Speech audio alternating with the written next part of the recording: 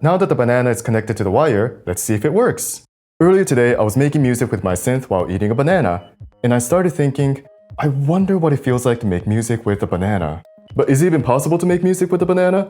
The answer is not really. Right? Well, let me ask another question. Is it possible to make music with a button, like a switch?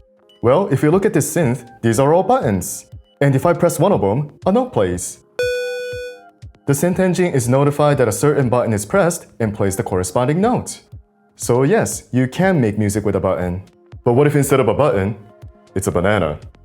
Still with me? So how would a banana tell a synth engine that it's being touched? Well, I'm holding a banana right now and it's not behaving any differently. It can't communicate that it's being touched or held. How would the synth know if a banana is being touched or not? Is there such magical technology out there? You may be watching this video on your phone. If so, how would you pause this video? You would tap the screen once to make the pause icon appear, and then you tap that to stop the video from playing. So you interact with your smartphone by simply touching the screen. This is capacitive sensing in action. You see where I'm going with this? By turning the banana into a capacitive sensor, the synth can detect if it's being touched or not. I don't even know what I'm saying anymore. But is it even possible to turn a banana into a capacitive sensor? Well, luckily for me, there is a breakout board that should allow this to happen. This is the NPR121 breakout board by Adafruit. Let's hook it up and see how it works. By the way, if you want to follow along, there will be a blog version of this tutorial that will contain a more detailed description of the hardware and program. Of course, there will be downloadable files there too. So I won't be able to connect the NPR121 easily to this commercial hardware synth. So I need to use a microcontroller to program the synth. For this, I'll be using the Daisy seed. I can flash the synth program to the seed and output the sound out of its audio out pins. And by connecting the NPR121 and mapping its output to the synth, I can create a touch synth where I can play a note when a capacitive sensor is touched. Any conductive material that is connected to one of these 12 pins should become a capacitive sensor. So let's connect this wire that has an exposed end. And if I touch this exposed end, the NPR121 board should let the microcontroller know that a conductive material is being touched.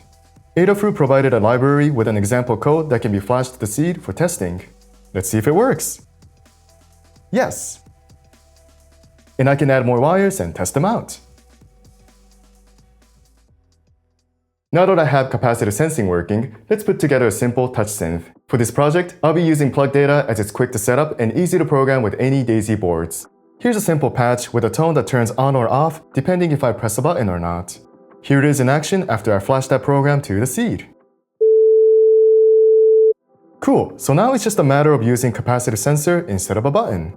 Community member John Water shared recently on the Daisy Discord server about how to get the NPR121 working with plug data. You just need to include in a custom JSON file that an NPR121 is being used.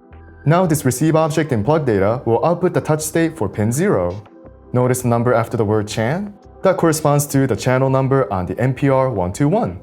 This object will output either a 1 when it's being touched or 0 when released. Let's flash and see if I can play a note by touching the wire. Okay, the moment of truth. Can I play a note like this with a banana? Better yet, let's play a harmonically rich tone so that it'll feel even more exciting when it works. Here's a similar patch from before, but it uses detuned sawtooth oscillators this time. I think I only need the exposed end of the wire to make contact with the banana. And I'll place some electrical tape to hold it in place. Now that the banana is connected to the wire, let's see if it works. So yeah, it feels surreal to touch a banana and then you hear a sound. It's super responsive too, which adds to this magical experience. I mean, let's add more bananas and explore what else we can do. Here's a melodic example. Each banana plays a different pitch. And because each banana has its own synth voice, I can play multiple notes at once.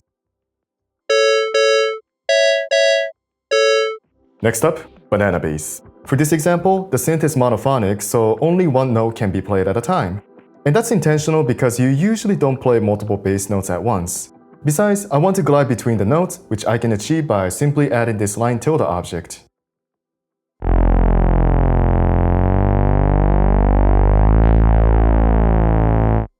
I really like the sound of a note gliding to a new pitch, so let's explore that more. How about I stack 2 more synth voices to this and shift the pitches up more? And now we have chords that glide into one another.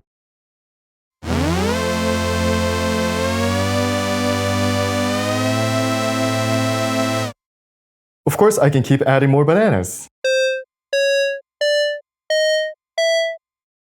Yeah, this was a really fun project. Again, it feels surreal and magical to make music with a banana. I feel more connected to bananas from this experience, if that makes any sense, but it does to me. This project is fun to put together, so I hope you create your own custom touch synth.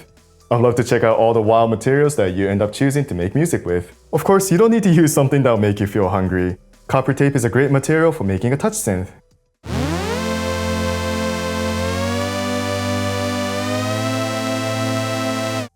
And to make this project even more standalone, you can add a speaker, which you can learn more about from this tutorial. Thank you for watching, and I'll see you in the next video. Take care.